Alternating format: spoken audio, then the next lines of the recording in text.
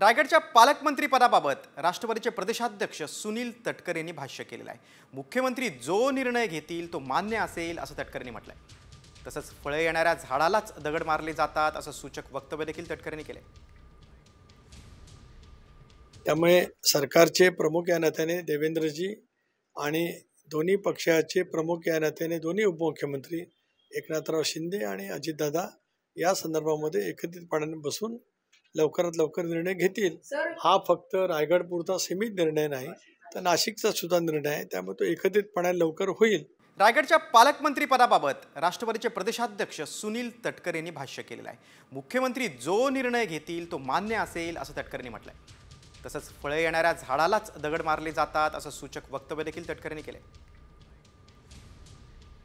त्यामुळे सरकारचे प्रमुख या नात्याने देवेंद्रजी आणि दोन्ही पक्षाचे प्रमुख या नात्याने दोन्ही उपमुख्यमंत्री एकनाथराव शिंदे आणि अजितदादा या संदर्भामध्ये एकत्रितपणे बसून लवकरात लवकर निर्णय घेतील। हा फक्त रायगडपुरता सीमित निर्णय नाही, तर नाशिकचा सुद्धा निर्णय आहे। त्यामुळे तो एकत्रितपणे लवकर होईल।